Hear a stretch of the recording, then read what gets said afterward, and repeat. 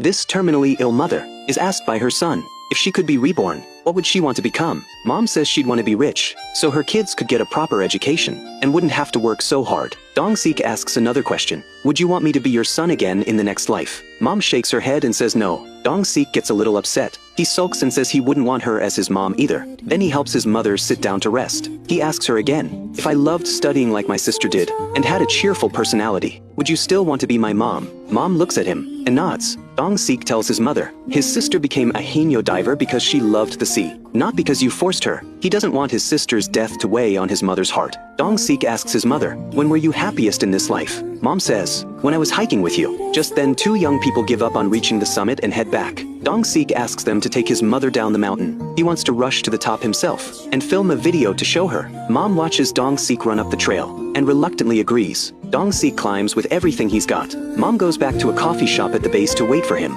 She takes out her phone and calls her older son. The older son sees it's his stepmother calling. He doesn't answer. Maybe he doesn't know how to face his stepmother, or maybe in his eyes, she's just a housekeeper. Dong-sik thinks about his mother as he climbs. Mom is slumped over a table in the coffee shop, completely still. A few hours later, Dong-sik finally reaches the summit. He pulls out his phone and records a video, then races back down the mountain. For all those hours, Mom hasn't moved from that spot. An employee is about to go check on her when Dong-sik rushes back just in time. He calls out his mother's name over and over. It turns out she was just asleep. On the way back, Dong-sik shows his mother the video. She watches it again and again. Dong-sik's eyes start to well up without him realizing. That evening, Dong-sik invites his mother to see his place. His girlfriend shows up unexpectedly. The 2 women greet each other. Dong-sik plays on the swings outside with Siona's son. Mom never had much education and isn't great with words. She just keeps saying, Dong-sik is a kind boy. The 2 women talk late into the night. Siona invites Mom to stay over. Mom is happy,